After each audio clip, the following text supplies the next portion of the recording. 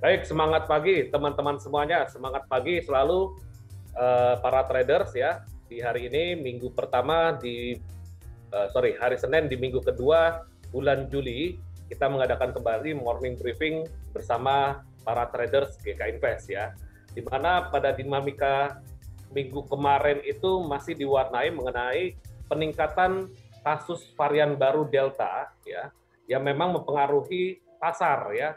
Dan minggu ini itu juga ada salah satu minggu sibuk. Apa itu minggu sibuk? Banyak data-data penting dan pidato Bank Sentral yang akan mempengaruhi dari pergerakan pasar hari ini. Tetapi kita sebagai traders kembali lagi pada substansinya bahwa trading itu adalah bukan untuk kejar-kejaran atau takut ketinggalan pasar bergerak ya. Karena dalam aktivitas trading 10% kita melakukan buy, 10% kita melakukan sell, dan 80% kita menanti atau menunggu dari observasi, support resisten, dan tren yang kita buat. Ya, bukan berarti buka MetaTrader itu harus entry. Nah, buka MetaTrader itu,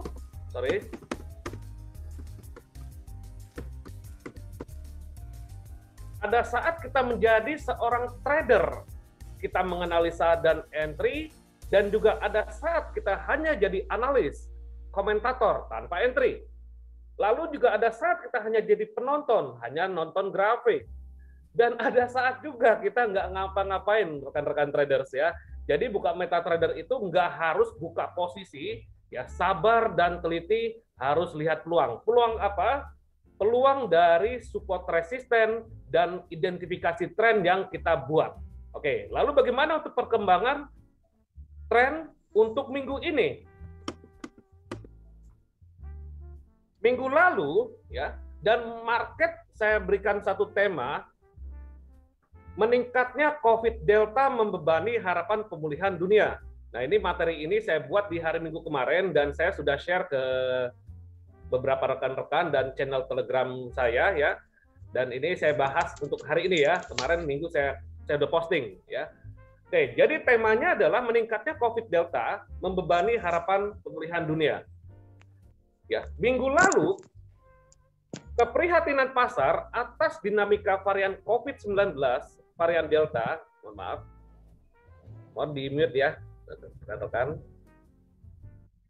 telah membebani sebagian pasar, baik pasar minyak mentah, emas, dan pasar keuangan risk appetite atau mata uang berbasis risiko seperti euro dan beberapa mata uang lainnya ya. Dan minggu lalu juga yield obligasi Amerika Serikat ya, imbal hasilnya berbalik naik nih. Berbeda dengan pergerakan dolar ya. Ditutup lebih tinggi dari hari sebelumnya setelah tren turun yang sempat membingungkan para investor untuk arah pekan berikutnya. Oke, yield obligasi. Kita lihat ya. Yield obligasi ini juga mempengaruhi dari pergerakan komoditas emas. Dikarenakan yield obligasi adalah salah satu imbal hasil yang dimanfaatkan para investor untuk mendapatkan fixed income ya, dan resmi dari pemerintah. Fixed income ini menjadi daya tarik kemarin di hari Jumat ya, dikarenakan mungkin ketidakpastian dari pasar dan juga respon positif dari menjelang inflasi Amerika Serikat di minggu ini. Ya. Oke, dan kalau misalkan inflasinya meningkat, maka rencana tapering dan kenaikan suku bunganya akan digelunturkan. Dan pasar masuk ke pasar obligasi untuk mengambil tindakan yield atau bunga tetap ya. Nah, ini kita lihat yield obligasi naik ya. Minggu ini ada data penting dari data-data inflasi Amerika, data-data tenaga kerjaan di Australia, dan meeting Bank Sentral. Meeting Bank Sentral yang di Bank of Canada dan juga meeting Bank Sentral dari New Zealand di hari ini. Ya. Bank of Canada minggu lalu mengumumkan positifnya tenaga kerja dari bulan sebelumnya, ya. Dan jika data tenaga kerja itu positif, minggu ini di hari Rabu, ya, di hari Rabu malam, rapat Bank Sentral Kanada mungkin akan membicarakan terkait terhadap rencana kenaikan suku bunganya atau hawkish. Ya. Jika memang data ketenaga kerjanya positif, maka pasar melihat mata uang dolar Kanada atau loonie akan berpotensi menguat seiring dengan data ketenaga kerjaan tersebut yang positif, maka Bank Sentral direncanakan akan mengumumkan kembali hawkish-nya. Ya. Tetapi kembali lagi, nanti pidato yang akan disampaikan pada hari Rabu, apakah hawkish ataupun tetap, ya. Nah, kalau hawkish berarti rencana kenaikan suku bunga di waktu yang ditentukan, ya. Sebenarnya 2 bulan lalu sudah menyampaikan, ya, dari rapat Bank Sentral Kanada, ya, bahwa ada rencana kenaikan suku bunganya pada pertengahan tahun 2022. Jadi pertama kali bank sentral yang menyatakan hawkish itu di major currency adalah Bank of Canada, ya. Dan minggu ini pun juga Om Powell akan menyampaikan laporan pertengahan tahun, ya, kepada Kongres, ya. Dan juga yang penting di data Australia ada data ketenaga kerjaan Australia, ya, di bulan lalu data tenaga kerjaan Australia positif dan mempengaruhi terhadap sebenarnya Australia dolar ini melemah, hanya datanya ini baku hantam antara data positif dan juga penguatan dolar. Oke. Jadi secara kesimpulan harus kita perhatikan adalah satu, perkembangan dari varian baru Delta, ya, COVID varian baru.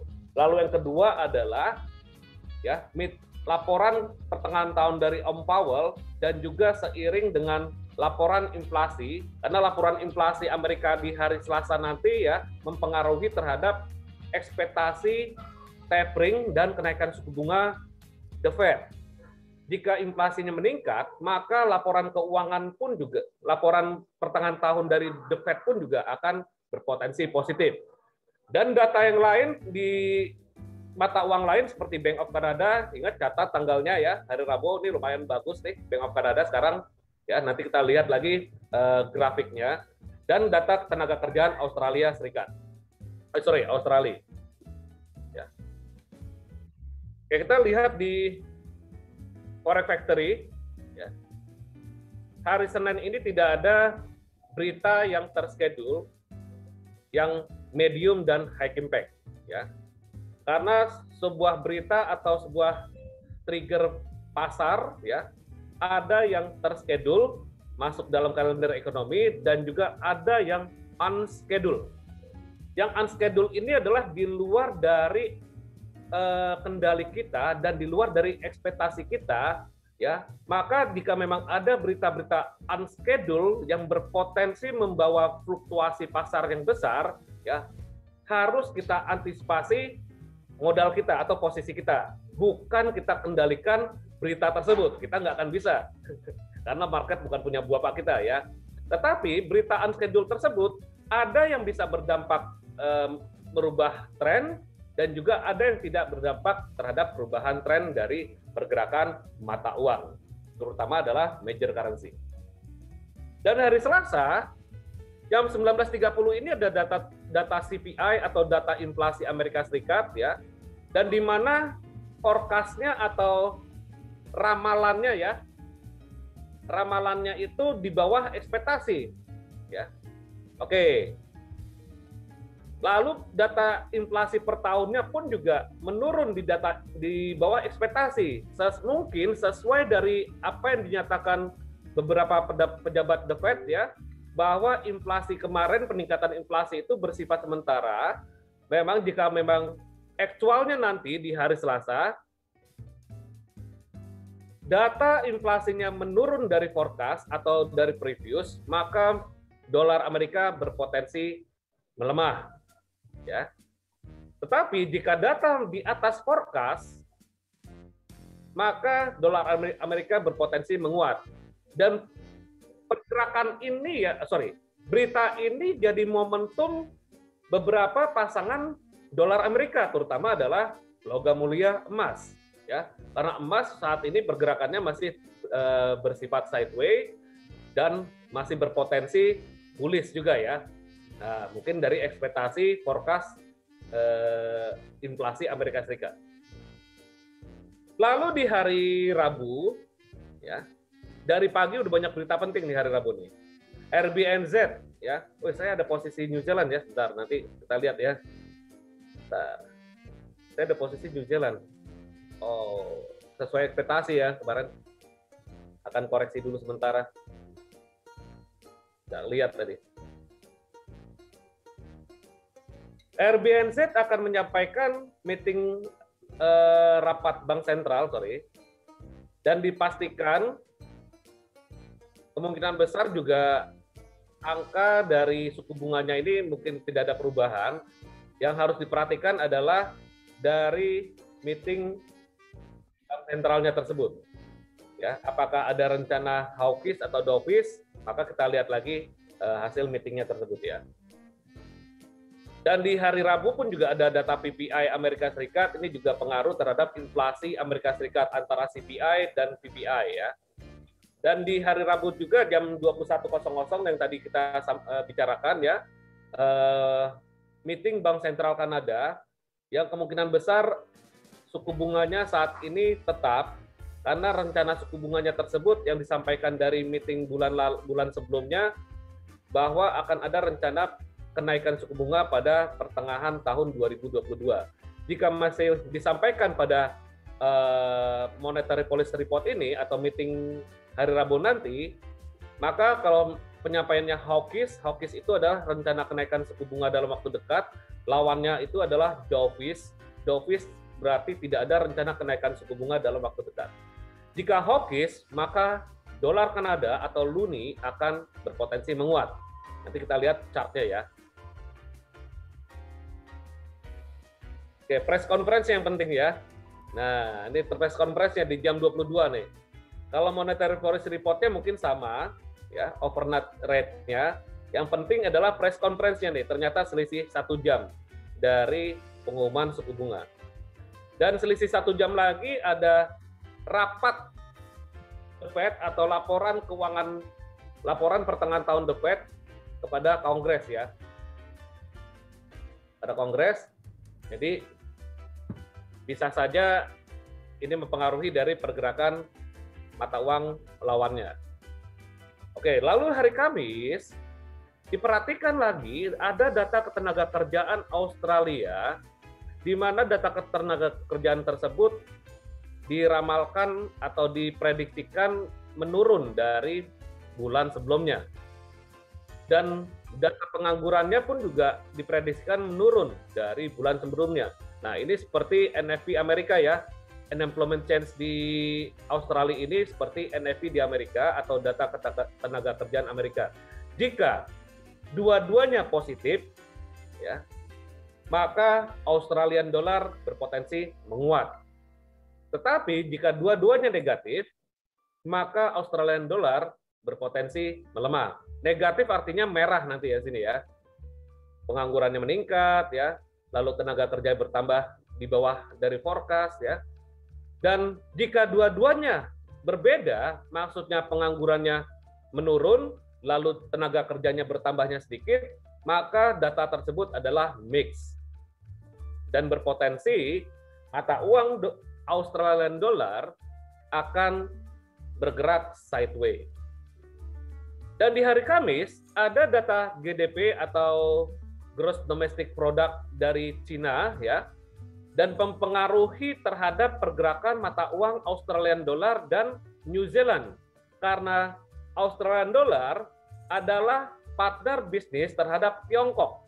Jika memang PDB atau pendapatan brutonya ya atau GDP di Tiongkok tersebut meningkat secara kuartal, maka berpotensi juga Australian dollar akan terpengaruh dari pergerakan mata uang tersebut ya. Tapi efeknya tersebut, lihat lagi bobotnya, jika memang data GDP Cina ini meningkat di atas dari forecast dan di atas dari previous, maka China Yuan, renminbi China akan menguat dan Aussie berdampak positif. Tetapi sebaliknya jika di bawah dari forecast atau di bawah dari previous, maka renminbi China akan melemah dan Australian dollar terkena dampak pelemahannya. Oke, di hari Kamis 2 hari ya, Fed ya, Powell akan menyampaikan testify atau laporan pertengahan tahunnya itu 2 hari di depan Kongres. Jadi kita lihat lagi hari pertamanya yang penting ya. Hari pertamanya. Jika hari pertamanya udah optimis, maka berpotensi ada pergerakan fluktuasi mata uang tersebut. Dan hari Jumat, data inflasi New Zealand akan diumumkan dan diprediksikan turun inflasinya. Sekali lagi, jika memang data aktualnya nanti naik atau di atas forecast atau di atas previous, maka New Zealand dollar berpotensi menguat dan sebaliknya. Dan di hari Jumat pun juga ada rapat Bank Sentral Jepang yang memang akan memberikan suatu ekspektasi outlook di mana pandemi varian baru Delta ini meningkat di Jepang.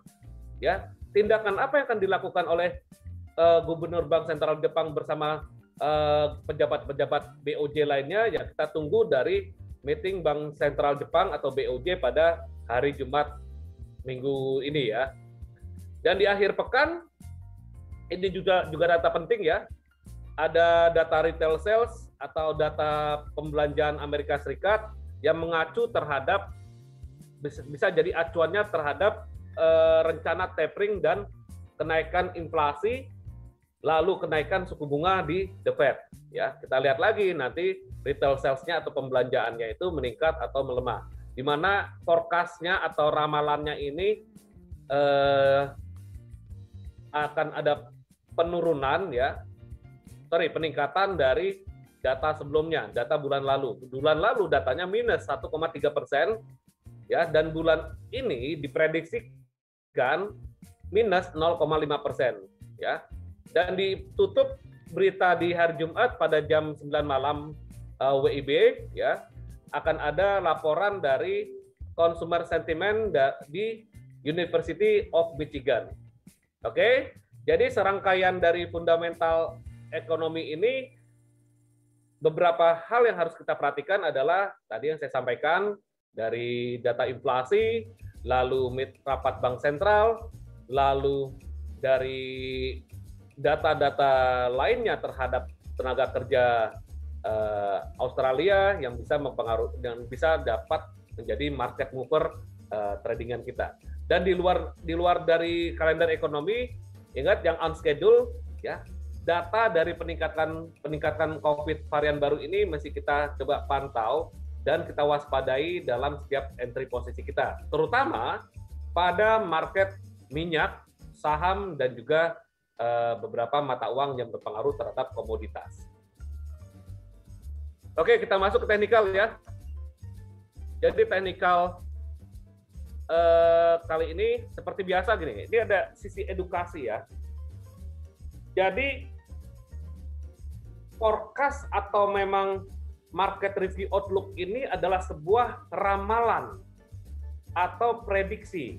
Ramalan prediksi yang mendasar ya, yang mendasar dan ada dasar ilmu pengetahuan dan bisa dijadikan referensi rekan-rekan dalam melakukan analisa market di awal pekan juga di hari-hari biasanya.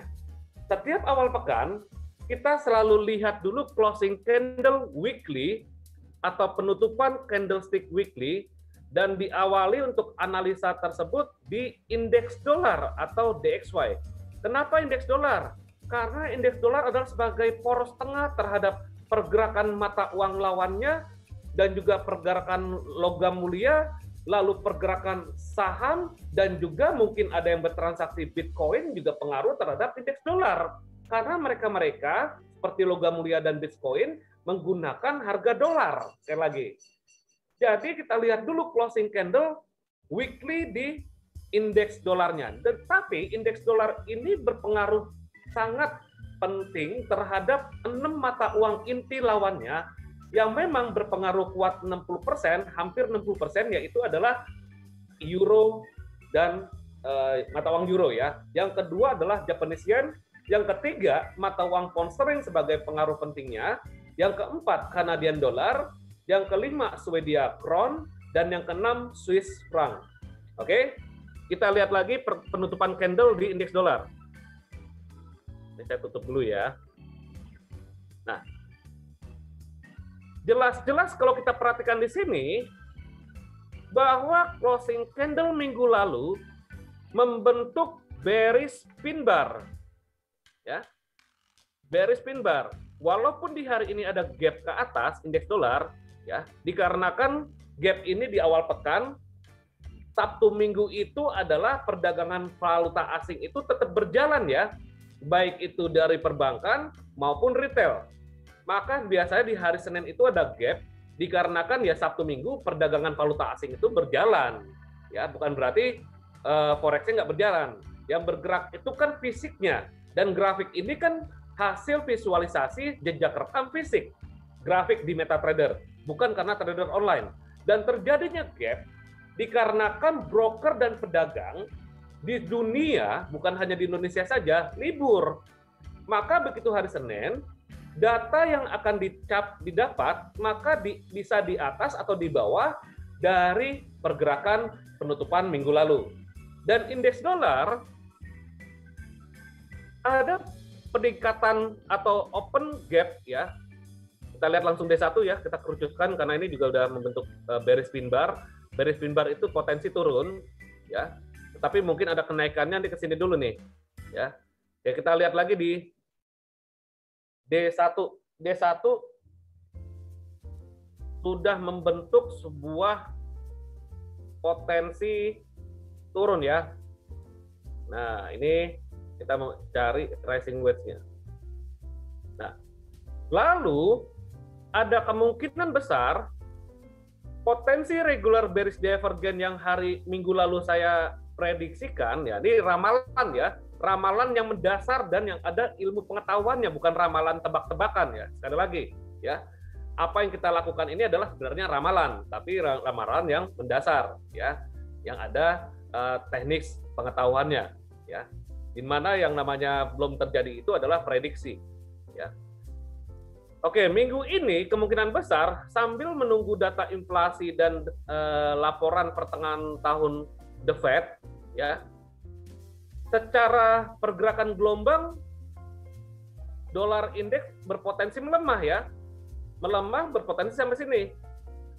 Dan kemungkinan besar jika ada kenaikan, kenaikannya pun juga mungkin terbatas, hanya sebatas ini. Ya, akan diuji. Kenapa di sini? Ini ada area supply. Ingat teknik supply demand ya. Ini ada suatu inside bar yang di flip, yang dibalik ya. Inside bar yang di flip, dan ini bearish engulfing, dan di mana open dari inside bar itu sebagai zona bawah. Nah, ini kita lihat supply demand ya. Apa nih? Zona bawah ya. Bearish engulfing, jadi opennya ini yang biru ini sebagai zona bawah supply dan atasnya sebagai zona bawah, zona atas supply. Oke, nih ya, berarti akan menguji dulu ke sini, dan di sini kalau misalkan berhasil benteng pertahanan ini tidak berhasil tembus, maka akan berlanjut turun ke sini. Ya. Dan di sini sudah membentuk pola diagonal rising wedge di indeks dolar. Lalu stokastik osilator di 1433 D1 sudah membentuk regular bearish divergence. Dan jika dia masuk kembali ke 50% stokastik osilator, maka penurunan atau kedalaman dari penurunan tersebut bisa berlanjut. Ya. Dikarenakan indeks dolar nggak bisa ditradingkan, maka kita coba analisa mata uang yang memang berpengaruh penting terhadap indeks dolar adalah euro dolar. Oke, sekalian saya juga mau recalculate ya. Euro dolar penutupan dari closing candle weekly berbalik dengan dolar indeks ya. Dolar indeks membentuk bearish pin bar, euro dolar membentuk bullish pin bar atau hammer. Pin bar itu Pinocchio bar ya. Ini sebagai informasi Pinocchio bar yang mungkin ini ada saya jelaskan edukasinya ya. Satu memiliki ekor, satu lagi memiliki antena. Ini seperti hidung ya. Hidung yang panjang. Pinocchio bar, pin bar ya. Oke, pin bar di euro dolar dan ada gap down di euro dolar, maka berpotensi koreksi dulu ya. Nah, kita coba buat suatu level support resisten dulu nih di weekly. Ya. Nih, ini. Ini ya. Tarik. Weekly warna kuning. Kenapa kalau kita buat support resisten? Ya karena kita nanti akan trading di mata uang ini ya. Oke, kurang lebih seperti ini bentuknya, dan ini juga jadi pertahanan ya, jadi benteng pertahanan. Nah, kita hubungkan ini ke sini dulu ya. Oke, dan ini menjadi resisten, kita tarik saja. Nih,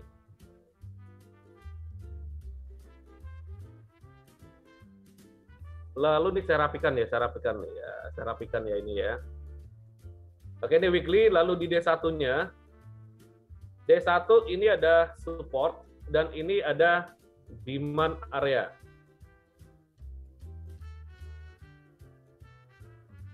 Ya, di bullish engulfing ya.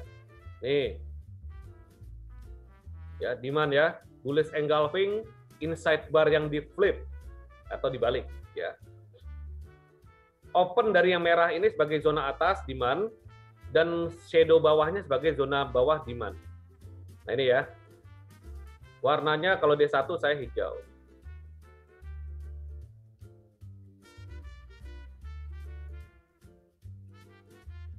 Ini kita sekaligus praktek ya. Jadi penelusuran support resisten itu dari time frame besar ke time frame kecil. Ya, nanti kita mengambil eksekusinya pada time frame kecil. Bukan di D1. Oke, di sini euro diawali penurunan ya di minggu ini, tapi nggak apa-apa ya. Maka jangan buy di atas seperti yang hari Jumat yang ikut kelas saya ya, mencari buy di bawah ya. Dan ini keseimbangannya nih. Ini keseimbangan nih ya. Ini support, ini dari open area flip ya. Tutup dan open di sini.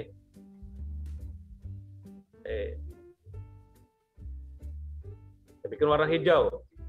Ya. Masuk ke H4. Ya, jangan sampai misalkan nih, wah kelamaan coach, langsung buy atau sell aja. Ntar dulu, ini kan proses ya. Kalau buy sama sell doang sih cuma 5 detik juga bisa ya. Jadi ada prosesnya, baik itu kita trading jangka pendek maupun jangka panjang ya. Lihat dulu secara kesimpulan ya pergerakan atau wave-nya. Sedangkan euro dolar ini secara tren itu masih bullish sekali lagi. Nih, masih bullish karena MA 200 masih di bawah dari MA 50. Dan D1 juga sama. Ya. MA 200 masih di bawah MA 20 walaupun MA 200-nya itu di atas dari closing candle ya. Ini masih prematur penurunannya. Ciri-ciri pelemahan tren kalau misalkan 50 MA ini memotong ke bawah dari MA 200 walaupun lagging, tetapi kembali lagi itu jadi ciri-ciri utama. Oke, masuk H4. H4 kita perhatikan ini ada sebuah area supply. Maka buat dulu klasternya. Yang udah dapat supply demand yang otomatis kan silakan digunakan.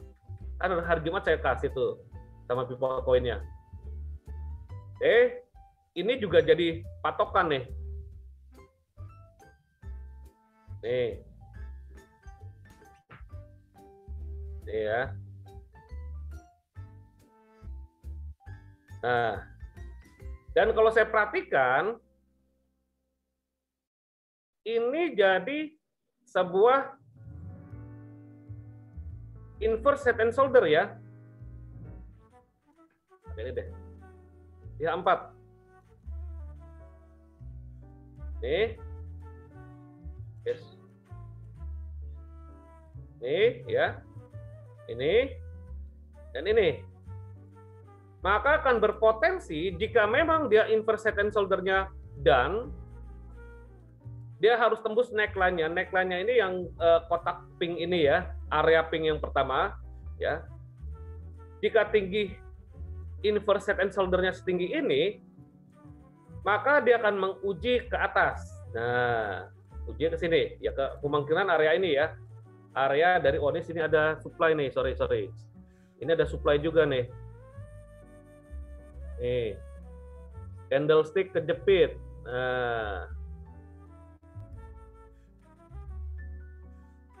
Oke. Tetapi ini kalau berhasil tembus ya, jika berhasil tembus yang zona ini ya, di H4, maka dia akan coba tembus ke atas ya. Nah, kayaknya dapatnya di H4 doang nih. Coba nanti kita lihat di H1 ya. Oke. Ini harga tertinggi weekly karena warnanya kuning. Sini. Ya. Jadi ini area. Dan ini berpotensi ya karena belum tembus ke atas. Berpotensi inverse head and shoulder. Paham ya? Inverse head and shoulder. Apa itu inverse HNS? Nah, sini saya ada modulnya enggak? Pak, tanya Pak, itu neckline-nya di mana Pak, inverse-nya Pak? Ini, bulat biru nih. Neckline-nya Pak? Nih, pink. Ya, ini kan zona keseimbangan, area keseimbangan. Oh, barengan dengan zona supply demand itu Pak ya? Betul Pak Theo, jadi area keseimbangannya disebut ya. Ini area keseimbangan, support become resistant, nah di sini. Makanya jika dia berhasil tembus akan naik. Ini masih menunggu nih, ya. Nah berarti udah clear ya. Ini neckline-nya ya. Neckline-nya kurang lebih area ini, ya. Ya mungkin yang belum paham apa namanya head and shoulder, saya cari dulu modulnya. Nah ini head and shoulder memiliki tahapan ya. Tapi yang inverse, ini inverse ya. Inverse yang terbalik ya. Inverse itu yang terbalik, dia memiliki ada 6 titik di potensi 1, 2, 3, 4, 5, 6 dan ini neckline-nya bisa miring, bisa juga sejajar ya. Jadi lihat lagi kondisi pasarnya dan kecenderungannya itu adalah dia coba breakout ke atas. Jika dia tembus neckline-nya ini, maka target yang akan dicapai adalah tinggi dari polanya itu. Ya. Inverse head and shoulder. Nah ini. Coba saya ini ya. Ya, walaupun nggak serapih itu ya. Nggak serapih itu. Ya. Oke, berarti kita masuk di H1. H1 ini juga jadi patokan juga ya. Kalau memang dia tembus ke atas di H4 ini boleh entry langsung. Bukan entry langsung ya, tunggu sampai membentuk kepala cangkul atau koreksinya.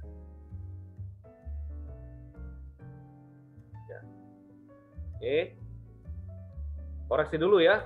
Begitu dia breakout, tunggu koreksi dan targetnya itu kembali lagi ke sini. Ya, di A4. Oke, bagi yang ingin negosiasi atau nawar, masuk ke H1. Nah, ini berarti neckline-nya ini ada supply ya, supply area nih. Nah, untuk negosiasi ini ada keseimbangan di D1 tadi yang kita tarik ya. Coba kita minta bantuan dari satu wave terakhir ini ya. Satu wave terakhir ini dengan Fibonacci retracement. Nah, ada dua pilihan nih. Ada dua pilihan. Antara ini ada demand area dan juga di situ ada Fibonacci 38,2% dan juga ada namanya apa nih? MA200 ya. Tiga metode support resisten ini berpotensi menahan dan jadi penjaga benteng pertahanan bawah ya. Jadi ada kemungkinan besar jika dia koreksi ya. Coba saya lihat stokastik dulu ya. Campur dengan stokastik. Jika ada koreksi, stokastiknya di H1 pun juga masih di atas ya, H4 pun juga masih oversold ya. H1 sudah ini divergen ya. D1 sudah divergen. Tandain dulu. Berarti D1 itu udah ada kans untuk naik, dan kemungkinan besar ya euro dolar ini masih bergelombang koreksi ke atas dari penurunan ini ya. Koreksi ke atas dari penurunan ini, tapi koreksinya itu kan nggak linear. Naiknya itu nggak linear, ada gelombang-gelombang ya. Jadi gelombangnya itu di H1 kita mencari gelombang-gelombang untuk kita entry ya. Entry di mana? Support resisten. Kita perencanakan ya antara support di sini atau support di sini nih. Ini ada dua pilihan nih. Atau area ini nih. Nah, ini kan area. Masuk kesimpulan di sini deh. Antara 61,8% dan juga berdampingan dengan area keseimbangan D1 atau di 38,2% dengan teman-temannya seperti area demand dan juga ada level MA 200. Nah, jadi ada dua pilihan. Apakah di 38,2% atau di 61,8%? Nah, kan gitu. Kemarin udah kita bahas ya di hari Jumat ya.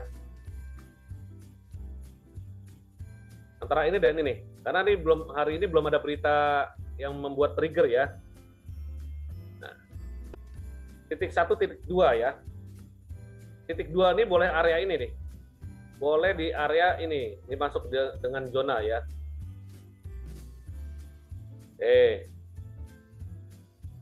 Oke, pertanyaannya, kira-kira teman-teman semua ya, teman-teman trader ini yang ada di forum ini, pilih entry buy di titik 1 atau titik 2 nih? Silakan.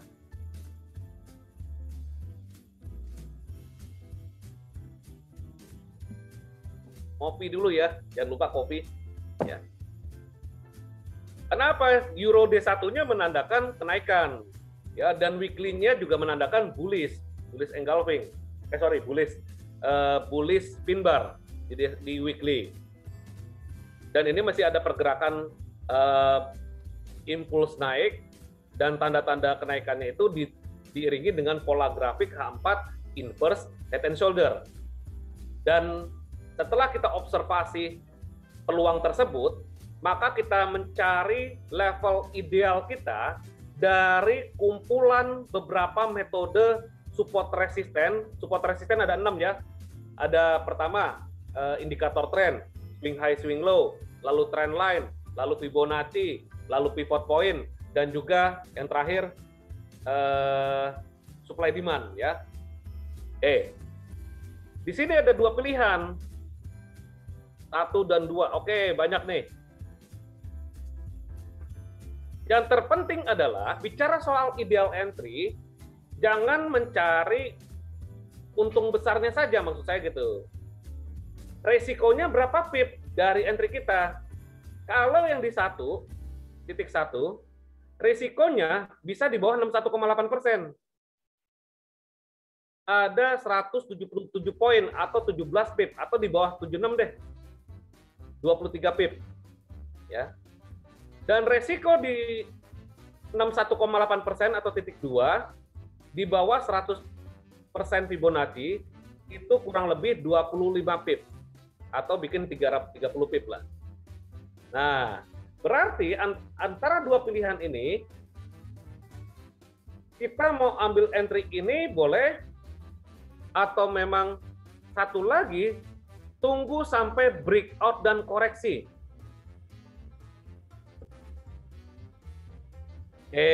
Pilih mana nih?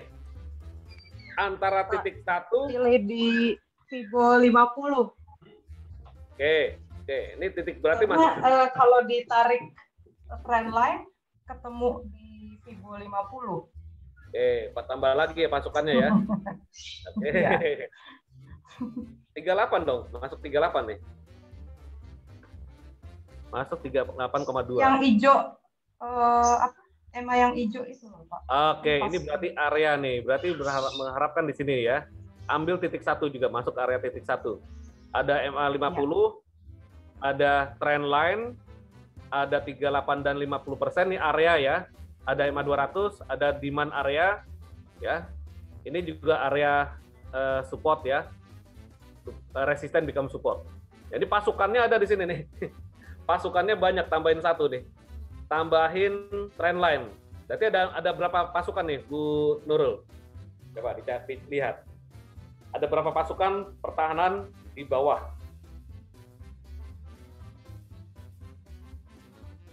Kan metode 6, ada 6 ya, 6 pasukan. 6 pasukan metode support resisten. Nah, di titik 1 ada berapa metode?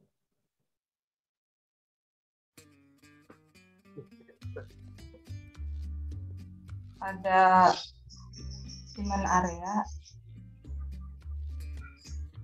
Demand, oke. 1. Ada trend line. 2. Ada moving average. 3.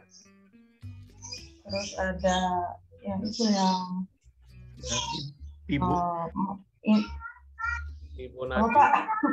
Fibonacci retracement. Oke, berarti 4 ya. Pivot point belum kita gunakan nih. Ini coba kita lihat pivot point ya. Nah, maksud saya dalam morning briefing ini ya, ada satu tahapan bagaimana kita menganalisa. Ya, nggak usah pakai ini deh. Pivot point langsung aja ya. Nah, ada pivot point nih. Nih, perhatikan nih. Titik 1 pivot point-nya loh, pivot hari ini nih. Ya. Pivot hari ini nih, PP. Berarti ini kuat juga nih, ada 5 pertahanan. Ada 5 benteng pertahanan. 38% ya? Pak ya? Masuk di 38% itu ya? Betul, 38,2% confluence ya, bersamaan dengan MA 200, bersamaan dengan trend line, masuk area demand, ya. Jadi boleh nih, saya coba input di sini, buy limit ya. Stop loss-nya itu saya di bawah sini deh. Ya, di bawah sini deh. Di bawah low ini. Ya. Targetnya itu nggak muluk-muluk, ya. Targetnya di resisten resisten 1 coba, berapa pip coba? Saya mau coba ukur. Oh, lebih besar. Pak. Lebih besar stop loss-nya ya. Berarti stop loss-nya saya boleh di sini ya. Di bawah 76. Ya, stop loss-nya boleh di bawah 100%, boleh di bawah support 2 nih, support 1. Support 1 bersamaan dengan 76,4 Fibonacci. Ya. Oke, jadi targetnya itu di resisten 1, ini juga ada resisten ya, ini area supply juga di atas, dan juga ada minus 27,20 Fibonacci ini sebagai area target ya. Oke, jadi stop loss-nya di sini saya rapikan lagi, kira-kira di angka berapa. Nah, ini boleh ikut juga rekan-rekan semua ya. Tapi sekali lagi, saya tidak menjamin adanya terjemputnya posisi ini atau tidak menjamin keuntungan pasti di setiap posisi kita. Karena di luar ekspektasi kita nggak akan pernah tahu pasar itu akan memang berlanjut naik ke atas atau memang langsung dia turun ke bawah dikarenakan faktor sentimental. Ya. Saya rencana buy berarti 1.1860610 ya di pivot point dan di beberapa ada pertahanan, benteng pertahanan bawah ya, support.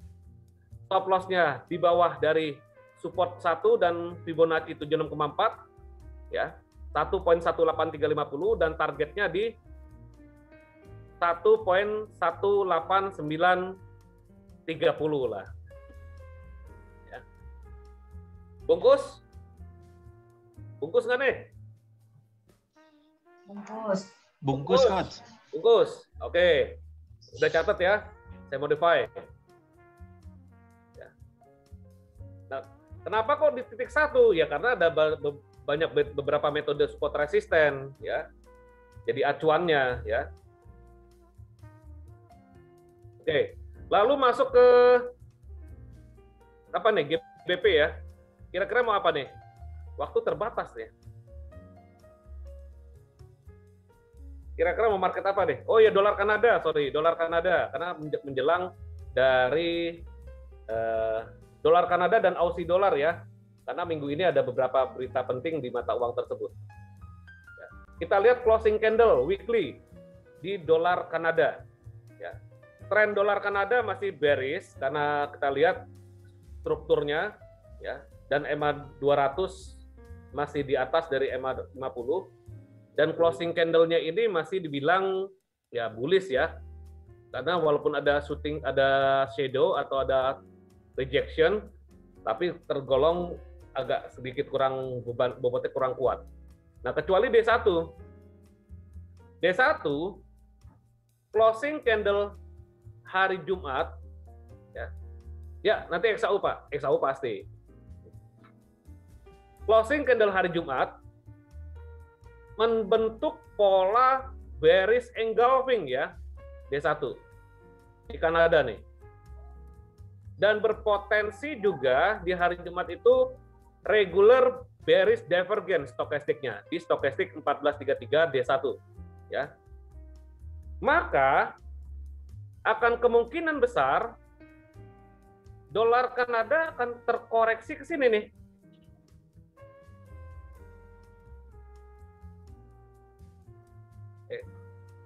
Dan mungkin kita bisa tarik juga Fibonacci dari D1.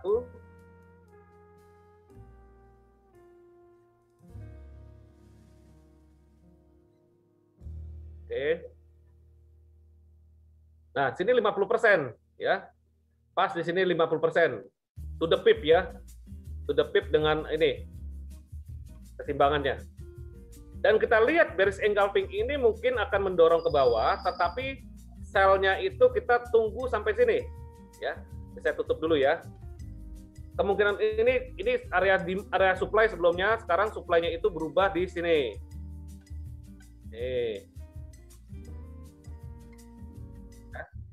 Ini kan supply ya, bearish engulfing yang tadi ya. Supaya peka teman-teman semua nih, melihat supply demand atau melihat head and shoulder ya.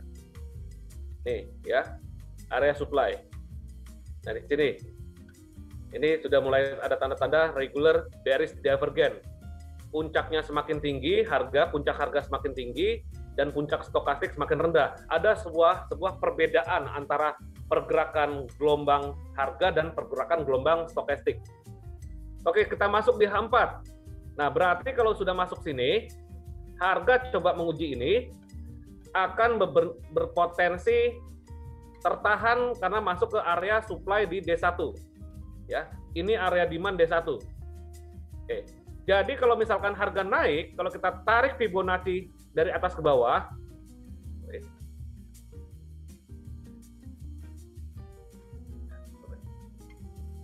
Fibonacci dari atas ke bawah, karena satu wave terakhirnya ini ya, dan saya buat warna pink, levelnya. Oke, ini 50% Fibonacci berpotensi tertahan ya. Kemungkinan besar harga akan naik dulu ke sini ya. Dan coba menguji ini ya. Ingat, ini support menjadi neckline. Nah, ya. Jadi kalau harga menguji ke atas 50% dan dia berbalik lagi ke bawah membentuk pola candle reversal, maka ini akan berpotensi pola grafik apa yo? Yo. Berpotensi pola grafik apa nih? Head and shoulder, Pak. Ya? Head and shoulder. Sampo ya? Sampo ya. Oke. Jadi berpotensi membentuk sampo. Head and shoulder. Head and shoulder. Memiliki pundak kiri, pundak kanan, satu kepala, dan ini neckline-nya. Nah, tapi masih prapotensi loh. Ya, prosesnya itu ada 6 titik. 1, 2, 3, 4, 5, 6. Ini baru titik keempat menuju ke titik 5. Jadi kita rekayasakan kalau mau sell di sini boleh. Stop loss-nya di atas ini. Atau di atas dari 127. Stop loss-nya. Karena ini swing high. Oke. Jadi kalau misalkan ada dua pilihan rencana entry, bisa sell di sini, bisa sell tunggu dari breakout head and shoulder-nya. Ya.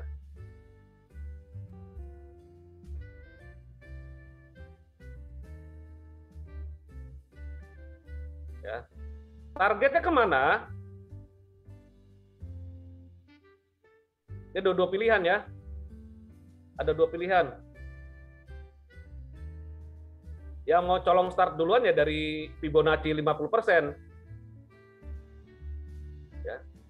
Dan seiring juga misalkan minyak mentah melemah, maka dolarnya akan naik dulu. Begitu minyak menguat lagi, dia turun. Nah, targetnya kemana? Ke sini. Ya. Ini kan ada demand. Atau gunakan tinggi pola ini. Tinggi polanya segini, jika rencana breakout di sini, to the pip, ya. Tinggi polanya kan segini, ya.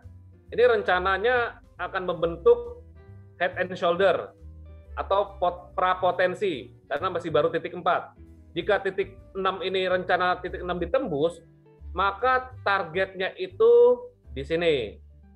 To the pip di 50% Fibonacci dan area demand. Oke. Jadi, ada dua pilihan antara titik 1 dan titik 2 setelah dia breakout, rencana entry sell. Kenapa sell? D1-nya sudah menandakan penurunan dan tren masih bearish. Ya. Oke, kira-kira mau ambil kesimpulan mana? Titik 1 colong start lebih dulu, titik 2 struktur dari head and shoulder udah mulai terkonfirmasi. Dapat kan? Stop loss-nya di mana? Di atas ini. Di atas 127,8. Ya. Tinggal hitung. Kalau misalkan titik 2 stop loss-nya di mana? Di atas titik 1. Di atas pundak kanan. Ya. Bukan di atas lagi. Kalau misalkan sell di sini stop loss-nya di atas 61,8% atau di atas 50%. Berbeda stop loss-nya. Oke, kira-kira pilih mana nih? Buy sekarang boleh nggak? Boleh. Coach. Ya. Titik 1, Coach. 1, Soalnya oke. kalau ditarik trend line lagi, dapat tuh ketemu di situ. Oke. Dari kiri ke kanan trend line. Dari 1 atau 2, yang penting stop loss-nya di input ya. Ya. Yang lain gimana? Nggak ada yang entry dolar Kanada ya? Peluang loh, nanti minggu ini ada data dari rapat Bank Sentral dolar Kanada ya. Dan tenaga kerjanya itu positif di minggu lalu. Pak, tanya Pak. Ya. Itu kan prapotensi head and shoulder. Shoulder yang pertamanya ambilnya yang gimana Pak? Nih. Nih ya. Bro Theo ya, ini ya. Ya, saya melihatnya di sini. Di zona ini nih. Ya, zona ini. Bukan ke sini. Kalau narik neckline-nya bukan harus di sisi kirinya shoulder-nya Pak ya? Ya. Bukan. Jadi masih ambil ke sini. Yang penting dia support pertama ini, support pertama ini ya. Titik 1, 2, 3, 4, 5 ya. Ini kan titik 1 sebenarnya ya. Ya, tapi dia satu wave besar di sini. Nah, yang terpenting adalah dia memiliki pundak kiri dan pundak kanan, dia masih prapotensi, belum tentu dia jadi head and shoulder ya. Kalau pundak kanan ini terbentuk, maka head and shoulder akan berpotensi. Nunggu turun lagi gitu Pak ya, dari titik 1 nunggu turun lagi untuk break di neckline-nya, ya. baru tuh confirm head and shoulder. Betul sekali, sesuai dengan rule. Ya, Oh, sesuai dengan rule ya. berarti ya tunggu potensi terbentuk, Pak. Tunggu HNS terbentuk berarti itu. Oke, kan ada pilihan. Mau colong start duluan, titik 1, ya. Mau menunggu konfirmasi head and shoulder, titik 2. Tinggal pilih yang mana. Titik 2, stop loss-nya di atas 61,8% atau di atas 50%, yang penting di atas dari wave ini, wave titik 1. Titik 1 jika sell di sini, stop loss-nya di atas dari swing high ini. Targetnya tetap sama-sama ke sini. Bungkus, kan udah ketahuan nih, ya. Habis ini Aussie ya. Aussie karena ada berita juga. Banyak sebenarnya kalau kita mau bahas nih. New Zealand saya telat lagi tadi. Saya mau cut dulu tadi. Gak apa-apa. Oke, Aussie ya. Kita lihat dulu dari time frame weekly. Saya poloskan. Closing weekly masih bersifat bearish. Ya. Masih bersifat bearish karena Philip Lowe sebenarnya selaku Gubernur Bank Sentral atau RBA ya, Reserve Bank Australia, belum ada menyatakan hawkish dan masih lihat lagi ketenaga kerjaannya di minggu ini. Ya. Jadi tenaga kerja di minggu ini jadi potensi pergerakan harga Australian dollar terhadap dolar Amerika dan juga terhadap mata uang lainnya seperti Japanese yen atau terhadap Swiss franc. Ya. Closing mingguan masih bearish dan ini kita coba bikin kunci level atau key level. Ya. Nah, weekly itu adalah kuning. Nah, ini ada resisten become support. Akan coba diuji lagi. Ini ada area supply di atas. Apa kita bikin aja?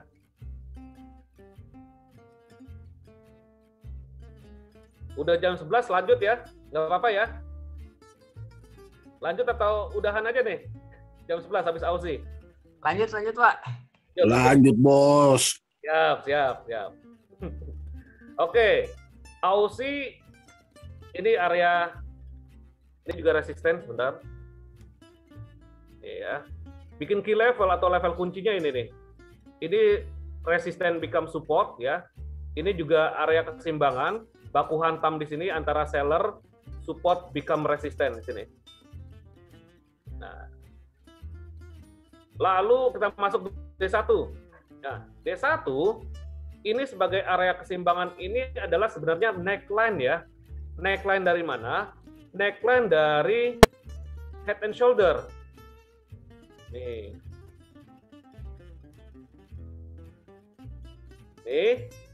Ini kepalanya, ini pundak kanan.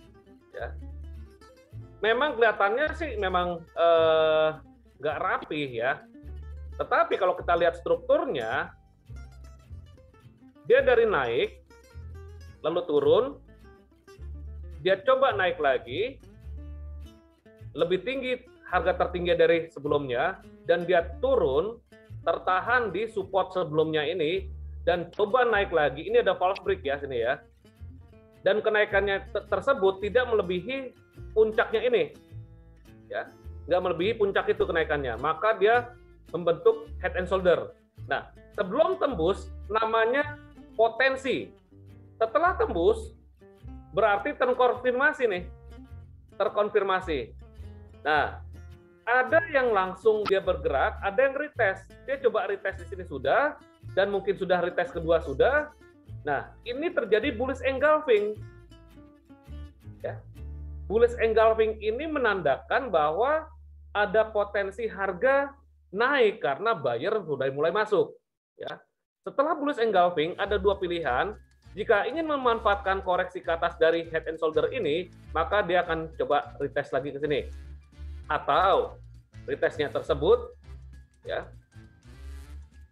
retestnya tersebut tidak sampai ya. Nah, lalu jika kita tarik harga tingginya ini atau polanya ini, kira-kira kalau dia tembus ke bawah sampai mana? Nah, ya sini ya. Kita gariskan lagi sini.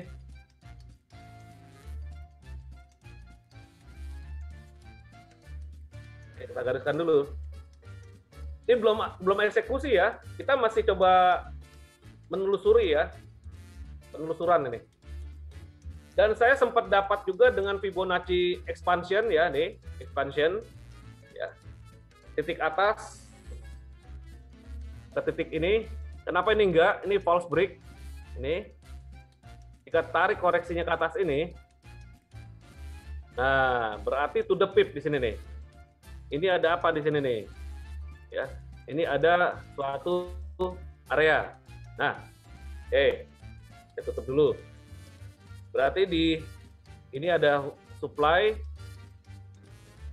ini sudah ya. Lalu kita masuk ke D1 mencari keseimbangannya. Ini ya, 61,8 dengan neckline 61,8 Fibonacci expansion, dan ini berpotensi bounce ke atas. Bounce-nya kemana? Kemungkinan besar akan menguji ke EMA 200 atau ke sini. Ya, ini kan ada support. Ya, support D1 ya. Mungkin biar kelihatan separatornya saya hapus dulu ya.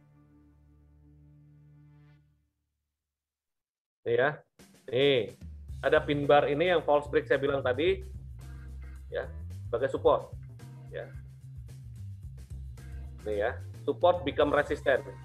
Nah, maka jika kita mencari sell, walaupun di sini ada kenaikan ya, ada potensi kenaikannya itu masih bersifat koreksi. Nah, stokastiknya membentuk regular bullish divergence juga. Ya, ini turun, ini naik, ya. Maka dia akan menguji ke atas. Atasnya ke berapa? Ini tadi support become resistant ya.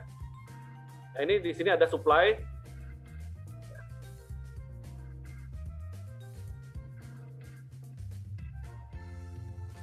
Dan di situ juga ada benteng pertahanan lainnya. Ini keseimbangan juga, ini resisten ya. Ini supportnya nih, potensi turun ke sini ya.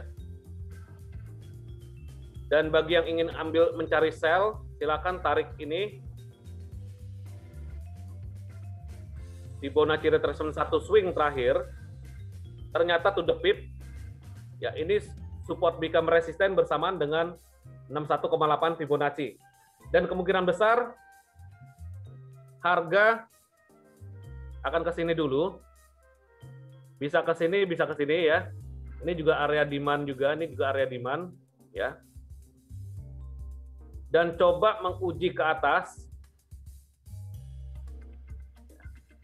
Nah, ada dua pilihan nih. Bisa di sini dia turun, bisa juga di sini dia turun. Mungkin bukan hari ini ya, di minggu ini. Menanti dari data ketenagakerjaan dan data inflasi Amerika. Ya. Nah, berarti bagi yang ingin buy, silakan stop loss-nya di sini. Ya, berarti memanfaatkan koreksi targetnya ke sini atau di atas ini targetnya. Bagi yang buy pertama, ya. Bagi yang ingin sell, ini berarti untuk buy potential.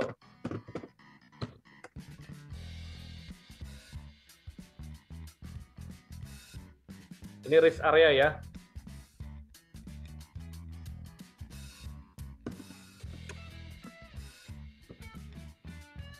Risk area di sini.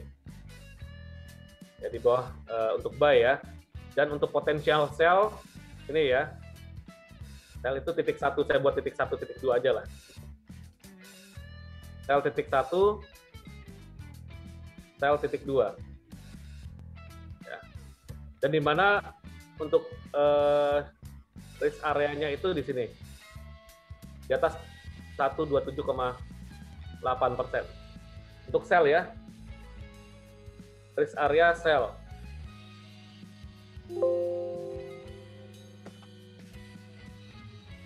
Oke. Bungkus. Berarti buy potensi di sini boleh menunggu pola candle reversal atau buy limit, ya. Yang penting stop loss-nya di bawah sini. Di bawah 27 ini juga boleh. Ya. Oke, D1-nya dia bentuk ini ya, engulfing ya, mendukung. Ya. Jadi ini berpotensi koreksi saja sampai sini. Akan menguji support ini lagi. Oke, bungkus ya. Aussie. Nanya Pak, itu bisa nulis buy potential sama risk area tuh gimana tadi caranya Pak? Dari sini nih bos. Nih, draw text. Klik aja draw text ini. Lalu, nah, kan? Misalkan, contoh ya. Klik contoh di description-nya. Contoh. Dan ini kalau mau kita duplicate, di komputer kita, di keyboard kita ada CTRL atau kontrol ke kiri bawah. Tekan, dan mouse kita ini sebelah kiri, tahan, dorong, duplikat. Dorong lagi, duplikat kan? Oke? Oke, Pak. Makasih, Pak. Sama-sama. Semua juga bisa diduplikat ya. Misalkan historical, ini apa, history line, horizontal line, ini duplikat juga. Oke, kita masuk ke XAU ya. Habis XAU, minyak juga peluang juga sih. Oke, XAU deh. XAU ini secara kesimpulan, saya sudah analisa kemarin, dan closing candle weekly ya, terutama weekly dulu, ini masih bullish ya. Masih bullish dan pin bar-nya ini masih melaju, masih continue dari pin bar. Tetapi kalau minggu ini ditutup melemah, ya, dan ditutup pola turun, maka berpotensi turun. Ya, ini hanya membentuk ini aja. Ya. Hanya membentuk suatu channel. Ya. Nah.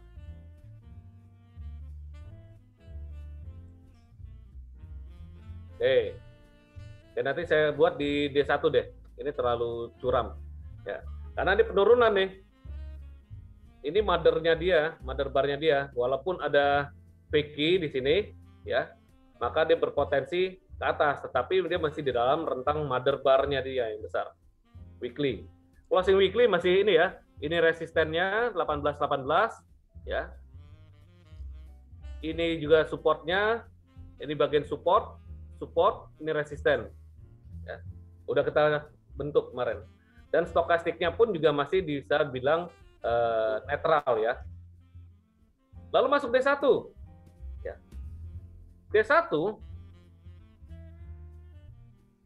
potensi harga masih kecenderungannya naik ya. Walaupun di sini mohon hati-hati ya. Mohon hati-hati. Nih.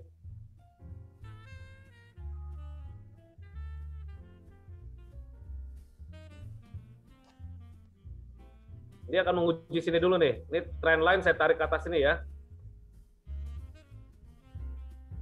Oke.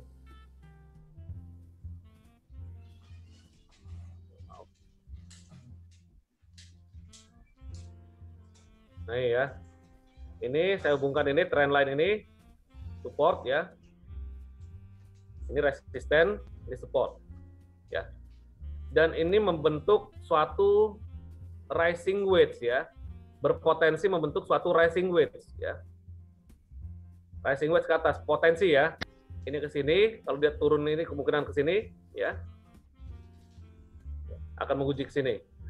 Dan dari stokastiknya berpotensi jika kita mengacu pada dead cross ini akan berpotensi hidden bearish divergence. Nah, di sini ya, dari engulfing ini nih. Nah, ya, sini ya. Puncak harganya turun, puncak stokastik naik, maka harga akan mengikuti divergen dari stokastik ini, berpotensi ya. Penurunan dia bukan berarti penurunan tren, tetapi dia akan menguji ke sini dulu nih. Akan menguji ke sini. Ya. Nih. Kita coba tarik Fibonacci retracement ya.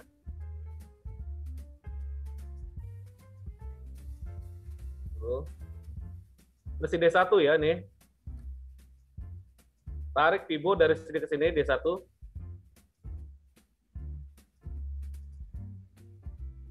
Wah, lamaan coach ya, bukan masalah kelamaan ya. Ada proses sekali lagi.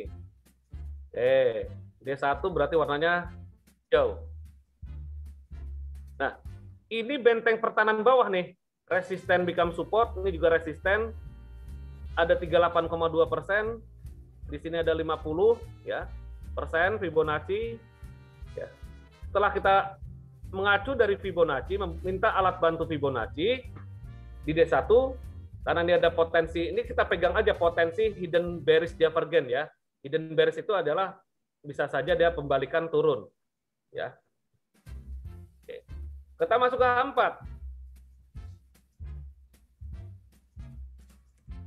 Nah, banyak-banyak garis ya. Ini suatu channel, ini suatu support ya. Nah, berarti ini salah satu support kuat 38,2%, dan ini support selanjutnya jika ini ditembus. Karena ini ada hasil dari trendline yang bawah nih saya rapikan. Ya, low ini ketemu low ini akan berpotensi membentuk rising wedge memang kalau misalkan ditembus. Ya. Nah, berarti ini dan ini sebagai level kunci. Ya. Masuk ke H1. Ya. H1 kita lihat di sini ada stokastiknya sudah masih proses. Di sini ada demand area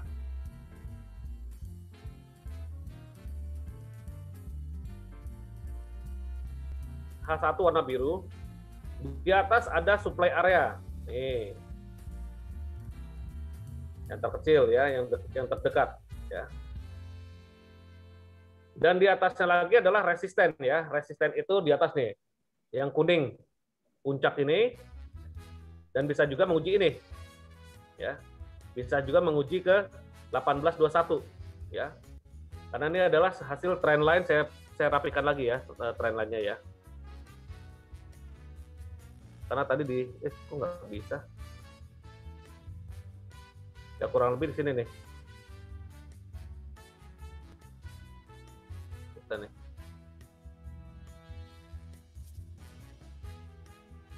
Ya, antara di 1818 level kuncinya dengan 1793 nih. Ya. Begitu di H1 mencari sideways, sebenarnya gini. Sebenarnya emas ini masih sideways menunggu data inflasi ya, data inflasi Amerika. Jika inflasinya meningkat, maka acuan untuk tapering dan menaikkan suku bunga itu bisa saja bobotnya besar atau persentasenya keyakinannya besar dari rencana The Fed. Tetapi jika inflasi yang menurun atau memang lebih rendah dari bulan lalu dan lebih rendah dari forecast, maka emas akan berpotensi menguat. Jadi untuk menunggu hasil data yang ditunggu oleh pasar, untuk saat ini baiknya rekan-rekan tradingnya intraday dulu atau day trade dulu di komoditas emas dan beberapa mata uang. Ya. Nah, emas ini masih di dalam rentang sempit antara rentang 1793 sampai ke 1818. Tetapi di mana di sini ada rentang area supply dan area demand yang terbentuk dari time frame H1, dan struktur dari polanya ini memang masih tergolong sideways ya, masih tergolong sideways. Nah, puncak ini jadi resisten, kalau dia tembus adalah ke sini akan diuji, kalau tembus di sini ya. Jadi masih netral ya, masih netral, emas akan berpotensi ke sini. Ini area, saya ambilkan jadi satu deh ya, ini juga jadi area demand juga nih.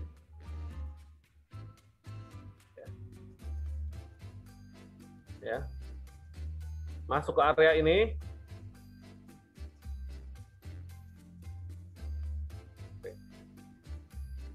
Jadi masih day trade dulu sebelum ada data yang memang ditunggu.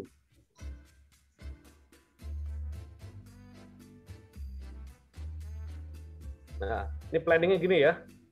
Planning gini ya. Kalau misalnya dia tembus ini ke sini. Ini juga ada demand area nih. Ini 50% Fibonacci. 1784. Kalau misalkan ini tembus, ya.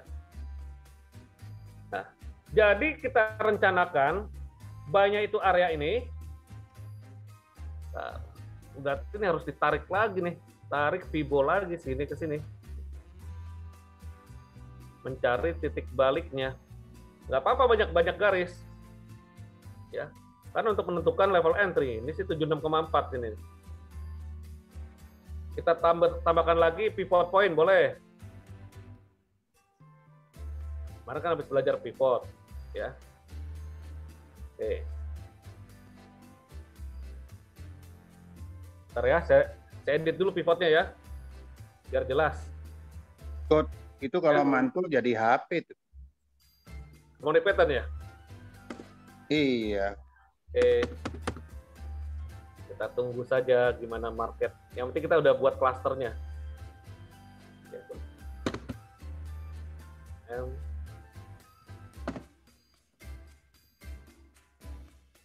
Ini biar kelihatan harganya nih. Prosesnya gini ya. Nah, ini ada level, ini bersamaan nih, Confluence 1798. Dengan di sini jauh ya. Di sini jauh. Mantul bisa jadi HP, betul, ya. Ini bisa saja ke di sini ya. Pivot point-nya itu di sini, di bawah pivot harga. Support satunya itu 1798. Jadi kemungkinan ke sini ya.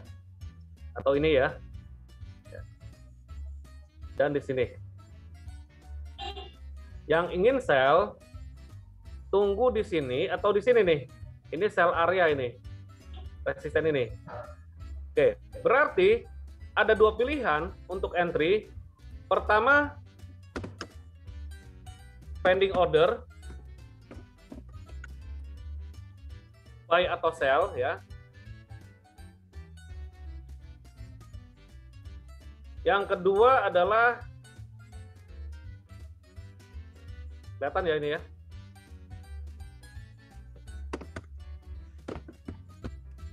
Section. Nanti pola candle. Ya satu ya. Kalau saya pribadi sih ya satu. Nah, pending order untuk buy di support satu boleh, atau di sini juga boleh. Ini jauh nih memang sini. Ya, karena kalau tembus ini akan berpotensi ke sini. Ini ada trend line. Ya. Stop loss-nya kalau di sini ya di bawah sini, di bawah 38,2%, di bawah 1792. Jika stop loss di sini di bawah 1782 atau 1780. Ini kan support 3 nih. Untuk sell boleh di sini, boleh di pivot. Ya. Boleh di resisten 1. Ini kan area ya, area supply juga. Saya jadikan 1 deh ya. Nih. Area supply juga nih.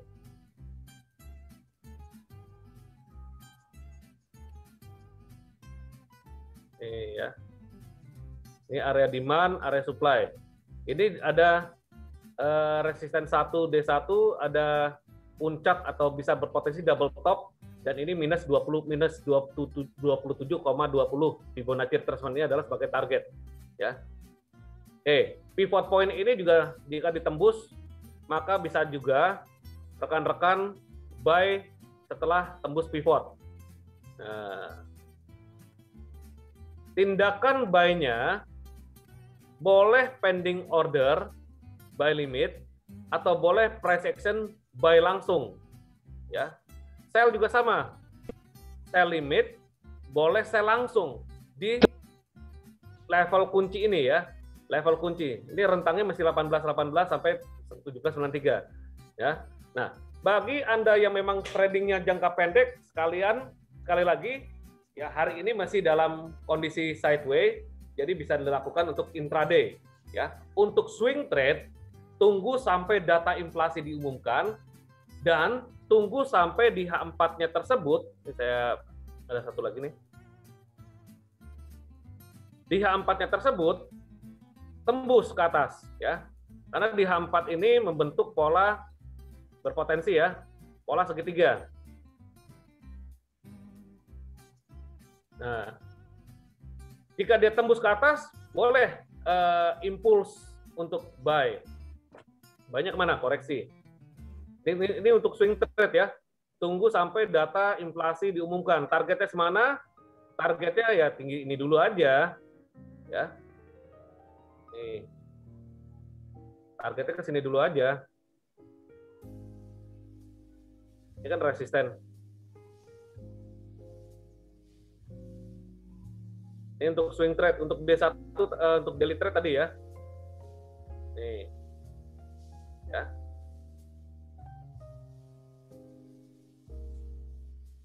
Untuk daily trade yang tadi, ini swing ya. Kalau dia tembus ke bawah kemana? Ya targetnya ke sini.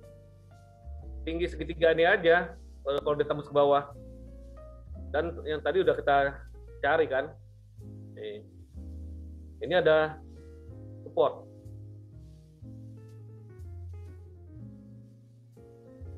Oke. Dan trend line yang tadi. Nah. Kurang lebih lah di sini ya. Kurang lebih ini area ini. Ya. Dan mungkin di sini Fibonacci berapa persen? 61,8%. To the pip ya. Kalau dia tembus ke bawah ke 61,8% to the pip. To the pip artinya presisi lah ya. Kalau dia tembus ke bawah, dia ke sini. Artinya untuk swing trading, market masih membentuk segitiga atau triangle, di mana rentang sempit ini sambil menunggu data ekonomi inflasi dan meeting 2 hari dari Om Powell terkait terhadap laporan pertengahan tahun. Ya, jika dia tembus ke atas, maka dia akan menguji ke 27,20 minus 18,36. Jika dia tembus ke bawah ke 61,8%, 17,76. Nah, ini dasarnya dari situ. Ya, untuk daily trading tadi. Untuk daily trading berarti ambil H1 atau di 30 menit, mencari support resisten yang memang sempit di area tersebut, karena harga masih bermain rentang, bergerak di dalam rentang ini, di support resisten dan pivot point ini. Ya. Dan eksekusi teman-teman semua bisa dilakukan dengan pending order, yang penting input stop loss-nya, atau menunggu price action menanti pola candle reversal di H1. Pola candle reversal apa saja? Bullish pin bar, ya, bullish engulfing untuk buy, lalu bullish inside bar, ini untuk buy. Untuk sell, nunggu bearish pin bar di atas ini ya. Sell itu pokoknya di atas ini nih. Tuh. Bearish pin bar, bearish engulfing, bearish inside bar, dengan stop loss di atasnya ini. Ya. Nanti stop loss di atasnya 61,8% atau di atas harga tertinggi ini. Ya. Dan stop loss buy yang di sini ya. Di bawah sini, stop loss buy di sini, di bawah sini. Ya. Ini ada angka-angkanya, tinggal screenshot aja. Nah, maka daripada itu rekan-rekan sebenarnya gunakan MetaTrader sambil menonton atau morning briefing ini sehingga sambil berlatih. Saya pribadi akan entry menunggu di sini ya. Tunggu di sini ya untuk memanfaatkan daily trading ya. Kalau tidak ada kesempatan waktu untuk daily trading ya saya nggak akan entry ya. Artinya lihat kondisi saja ya, karena trading itu nggak harus, bukan MetaTrader nggak harus trading, dan juga nggak harus kita paksakan waktu kita untuk trading jika kita nggak ada waktu. Tetapi teman-teman jika ingin memanfaatkan entry ada 2 pilihan. Ya, kalau saya pribadi memang price action, nunggu pola candle reversal, karena salah satu pola candlestick reversal itu adalah salah satu dari karakteristik perubahan gelombang dari XAUUSD atau emas.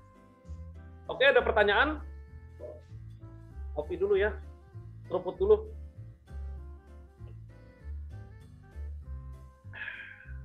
Mantap ya. Bungkus yang swing trading dan daily trading?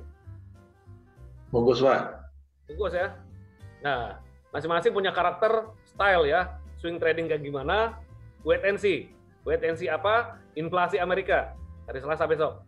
Yang daily trading gimana? Ya, manfaatkan intraday ya. Jangan sampai Anda intraday tanpa stop loss. Nah, begitu nyangkut nggak jadi intraday ya, jadi nginep. ya. Maka gunakan stop loss di area struktur ini. Oke, baik. Saya rasa itu saja dulu ya rekan-rekan semuanya. Ya, jika memang ada pertanyaan, saya tunggu sampai jam 2 menit ini ya, 2 menit ini. Dan sekali lagi, mohon maaf jika ada kata-kata yang nggak berkenan dan kata-kata yang mungkin membingungkan bagi pemula, ya. Karena apa yang kita lakukan hari ini adalah kita 9, ya 8. Ya Pak Rudi. Oh, nggak, sorry. Oke. Nggak apa-apa Pak. Saya nunggu di 1798 juga. 1798, oke. Yuk kita nunggu di situ, ya. Lebih baik nunggulah daripada saya pending order, ya takut kebablasan. Mumpung saya WFA, jadi saya lebih baik tunggu komputer saya standby-kan. Dan misalkan gini, komputer standby, tinggal klik kanan aja di sini, lalu kasih bell, nah alert, nah kasih alert di sini 1798. Begitu 1798 akan bunyi contreng. Berarti sudah harga menuju 1798. Tinggal menunggu pola candlestick apa di situ. Bagi Anda yang memang sempat waktu di rumah. Kalau nggak sempat waktu ya nggak usah.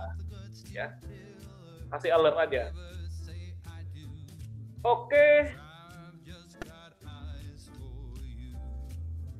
Jadi terima kasih Bapak Ibu yang sudah ikut morning briefing hari ini. Semoga apa yang kita diskusikan hari ini bermanfaat dan jadi berkah atau berkat untuk kita semuanya dan menjadi referensi entry di satu pekan ini. Dan mudah-mudahan minggu ini saya sempatkan waktu untuk live trading kembali kurang lebih hari Rabu ya. Nanti saya atur lagi waktunya di jam siang ya, jam sesi Eropa ya, di hari Rabu jam sesi Eropa. Ya saya sempatkan lagi lihat waktunya karena malamnya itu saya ada jadwal untuk trading santai premium ya. Dan jangan lupa di minggu ini pun juga ada talk show akbar di mana program saya bersama rekan-rekan GK Invest lainnya akan memberikan suatu diskusi mengenai money management terkait terhadap tindakan entry kita. Catat tanggalnya tanggal 16 ya. 16 Juli 2021 pukul 19.30 dan registrasi sekarang ya, karena login ID-nya itu berbeda dengan login ID yang setiap Jumat saya berikan, bukan belajar trading 101 ya. Ini adalah talk show akbar, program 3 bulanan sekali. Saya kumpulkan teman-teman untuk diskusi mengenai trading dan tema kali ini adalah kalkulasi money management, trik money management, dan juga trik dari metode apa yang bisa digunakan untuk money management yang ideal bersama beberapa teman-teman saya. Oke, itu aja dari saya dan sekali lagi video ini akan saya rekam dan saya akan share ke channel Telegram ya, GK Invest dan channel Telegram saya Trading Santai Kuswanto ya. Sekali lagi tetap jaga kesehatan kita semuanya, tradinglah dengan terstruktur yang benar dan semoga entry kita selamat sampai tujuan ya. Sampai jumpa pada morning briefing minggu depan dan akhir kata saya ucapkan salam sukses bersama saya Kuswanto, Trading Santai Kuswanto dan disponsori atau diselenggarakan oleh GK Invest, PT Global Capital Invest Tanpa Berjangka. Wassalamualaikum warahmatullahi wabarakatuh. Selamat siang. Thank you. Thank you, Coach. Sama-sama. Thank you, Pak. Waalaikumsalam. Terima kasih, Pak Kus.